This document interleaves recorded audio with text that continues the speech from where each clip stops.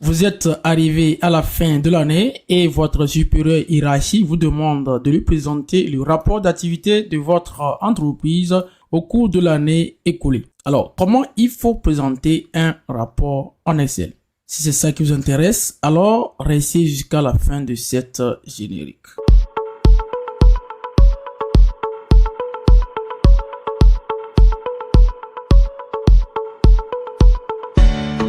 Alors, une fois encore, soyez les bienvenus sur la chaîne YouTube du Centre d'application mobile. Alors, dans la vidéo précédente, nous avons déjà commencé à faire le graphique. Nous avons dit que nous voulons présenter le rapport d'activité dans un hôtel. Alors, sans plus tarder, nous allons continuer notre formation. Alors, ici, nous allons ajouter autre élément. On va mettre ici la variation, d'accord? On va mettre la variation pour voir comment notre chiffre d'affaires varie en fonction des mois. Et ici également, nous allons ajouter la classification des chambres. Donc, nous devons savoir quelle est la chambre qui a plus rapporté en termes de chiffre d'affaires. Alors, pour cela, nous allons ajouter ici rang. D'accord? On va mettre là-bas rang. Je mets entrée. Voilà, je complète mon tableau. Je viens toujours dans bordure, autre bordure. Nous allons prendre ce trait. Contour et après intérieur. Nous avons déjà montré ça dans la vidéo précédente. Vous qui n'avez pas encore suivi les deux vidéos précédentes, nous vous rappelons que nous avons déjà montré comment il faut faire le tableau en Excel et pourquoi dit-on que Excel est limité. Alors ici, nous allons revenir et nous allons mettre la variation. Donc, on va mettre variation du chiffre d'affaires du CA, voilà. Alors, après avoir écrit variation du chiffre d'affaires, j'ai constaté que le mot déborde au niveau de la cellule. Donc, comment je vais faire pour que le mot retourne à la ligne sur la même cellule? Donc, pour le faire, je vais cliquer sur la cellule en question. Et au niveau de ma barre de formule, qu'est-ce qu'il faut faire?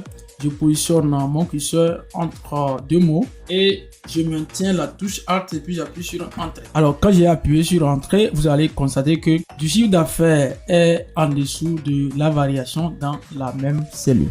Donc, pour écrire à la ligne sur la même cellule, on maintient la touche Alt plus Entrée. Donc déjà c'est ça, nous allons refaire notre tableau ici rapidement. Voilà. Et nous allons prendre intérieur et celui-ci contour. Parfait. Voilà notre tableau. Ici nous avons déjà commencé à faire le graphique. Pour ceux qui n'ont pas suivi, nous allons reprendre le graphique. Donc nous allons cliquer sur le graphique en question et supprimer ça. Très bien. Donc ici on va mettre ça en couleur. Voilà. Très bien. Maintenant, nous allons reprendre notre graphique. Nous voulons avoir le graphique par rapport aux chambres et au chiffre d'affaires. Alors, qu'est-ce qu'on va faire? On va sélectionner les chambres de nos hôtels et ensuite maintenir la touche contrôle et aller sélectionner le chiffre d'affaires, la colonne du chiffre d'affaires. Maintenant, après, nous allons laisser notre souris. On va aller dans le menu insertion. Et ensuite, dans le groupe graphique, nous allons cliquer sur insérer un histogramme ou un graphique à barre. Donc, nous cliquons sur ça et nous allons prendre le premier. Voilà notre graphique, d'accord?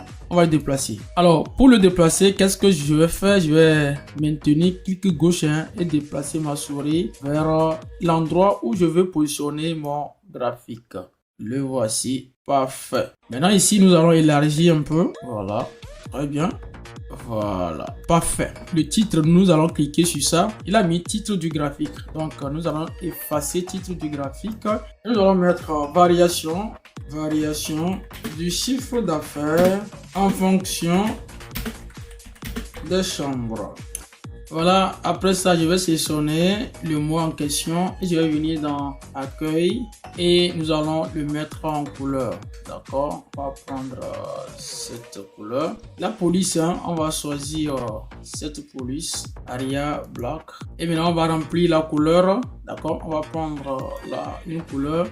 Nous allons prendre cette couleur. Parfait. Voilà notre graphique. Donc, à l'œil nu, notre supérieur hiérarchie, il va voir quelle chambre déjà a plus réalisé le chiffre d'affaires. Donc, ici, nous avons les chambres.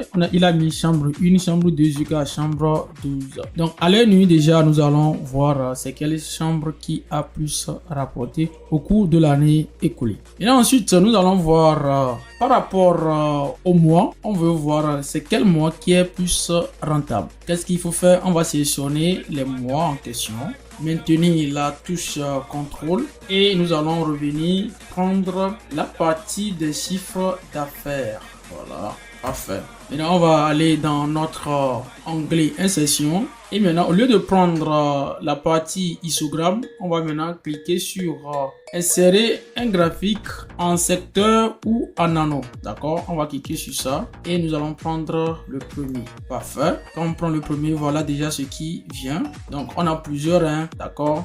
Pour le moment, c'est l'initiation. Donc, nous allons revenir plus tard pour parfaire tout ça là. Donc, on va déplacer. On déplace.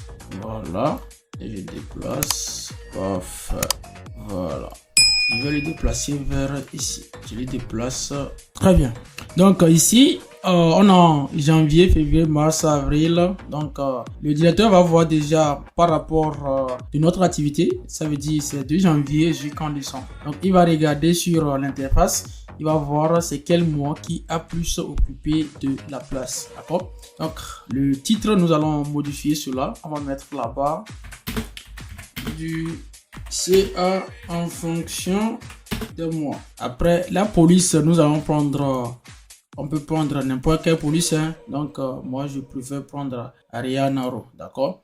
Et je mets ça en gras. La couleur, nous allons mettre en couleur orange et colorer ça en bleu. Voilà, parfait. Alors ensuite, nous allons voir maintenant la variation de notre chiffre d'affaires en fonction des mois. Donc pour le faire, on va laisser au niveau du mois de janvier, d'accord? Comme là-bas c'est le début du mois, on ne peut pas calculer la variation. Donc la variation va commencer à partir du mois de février. Donc la partie de la cellule du mois de janvier, nous allons lui laisser libre, d'accord? Donc pour le faire, nous allons mettre égal au niveau de la cellule pour le mois de février, d'accord?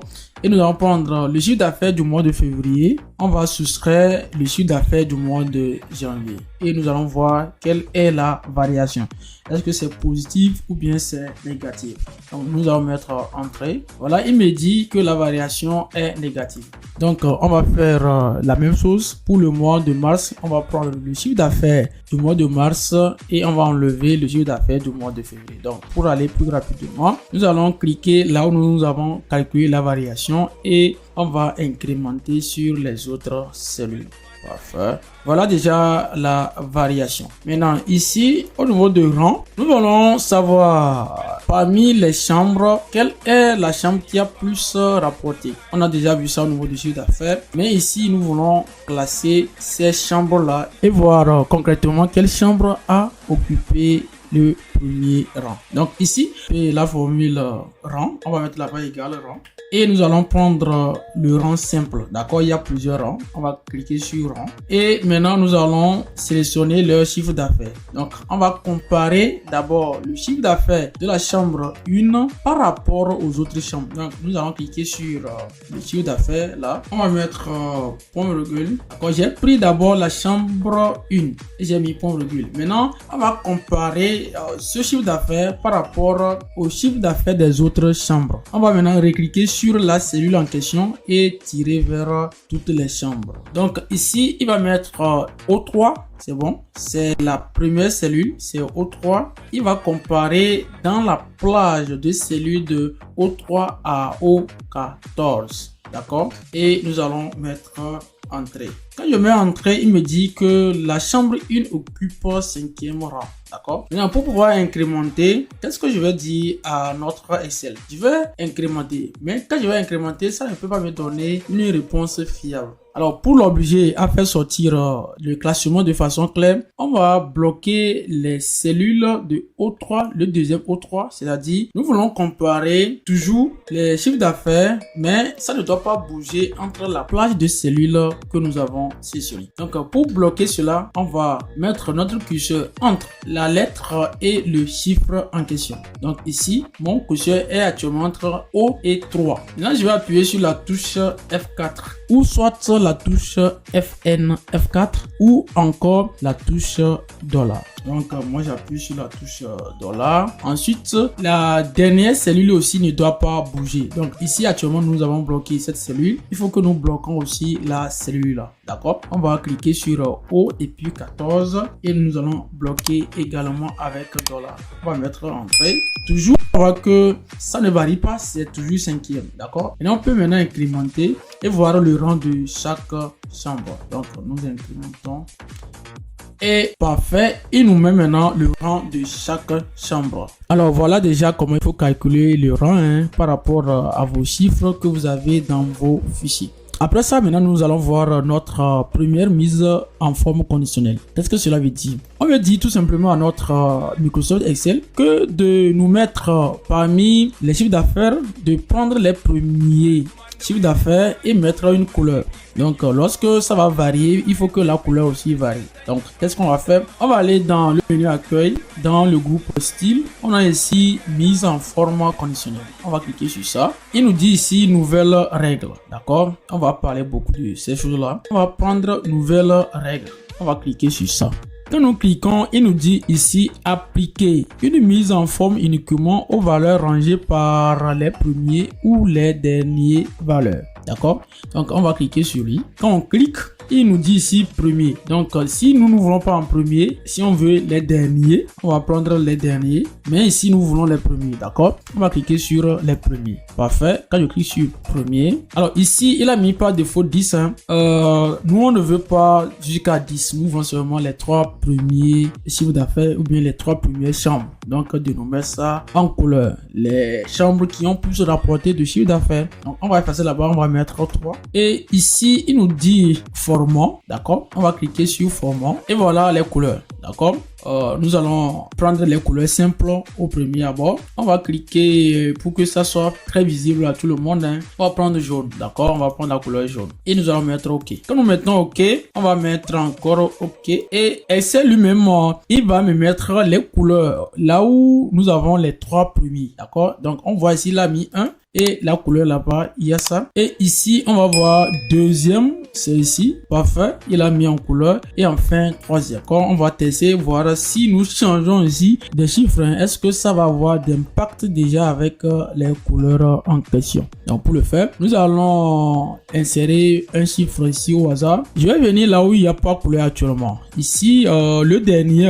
Alors ici, au niveau de la chambre 12, d'accord, on va tester pour voir qu'est-ce que ça va marcher. Actuellement, il n'y a pas la couleur. D'accord. On va mettre un gros montant, voir si cela va avoir l'impact sur les couleurs déjà que Excel a mis par défaut. Je mets là-bas un gros chiffre. Je mets par exemple 48 millions. Je mets entrée. Voilà, quand j'ai mis ici 48 millions, on va voir que en même temps, il a changé la couleur et ici, il me dit qu'il n'est plus parmi les 3. Donc, il me dit ici que le premier maintenant, c'est notre chambre 12. Avant, c'est lui qui était le dernier. Et on va voir que la couleur aussi est changée. Le rang aussi est changé de façon automatique. Parfait. Donc, ici, je crois déjà que vous avez maîtrisé la première mise en forme conditionnelle pour pouvoir classer de façon automatique vos données et les mettre en couleur. D'accord? Donc, lorsque les données là seront variées, le rang va se mettre à jour. Les couleurs que nous avons mis au niveau de mise en forme conditionnelle vont se mettre aussi à jour. Maintenant, après avoir maîtrisé maintenant déjà la première mise en forme conditionnelle, on va encore poursuivre avec autre graphique. On va venir au niveau de variation du chiffre d'affaires. D'accord? On va illustrer cette partie avec autre graphique. Donc, on va sélectionner nos mois et nous allons maintenir la touche contrôle et aller sélectionner la partie de la variation de chiffre d'affaires. Maintenant, il faut aller où? Pour ceux qui nous suivent déjà, et on va aller dans l'onglet insertion et nous allons voir insérer un graphique en courbe ou en aire. D'accord? On va cliquer sur ça et nous allons prendre le deuxième. Donc, le deuxième. Voilà déjà ce qui s'annonce. Très bien. On va lui déplacer. Donc, ici déjà, on voit ce qui se passe. Ici, on peut dire que c'est l'axe 0. L'axe 0. Alors, là où la courbe est descendue en bas de l'axe 0, c'est l'interprétation, c'est quoi? C'est que la variation est négative. Et là où c'est dépassé 0, ça veut dire que la variation est positive. Voilà, de façon pratique, comment vous devez préparer vos rapports à vos dirigeants afin qu'ils puissent bien regarder les chiffres que vous leur présentez. Maintenant, le problème c'est que il faut faire pour que le travail reste sur une page. Ça aussi, c'est autre level que les gens rencontrent au niveau de l'Excel. Pour éviter que la vidéo soit trop longue, nous allons nous arrêter ici. J'espère que la vidéo vous a plu. Alors, sur ce, nous vous disons merci, un grand merci. D'ici, portez-vous bien et on se voit la semaine prochaine.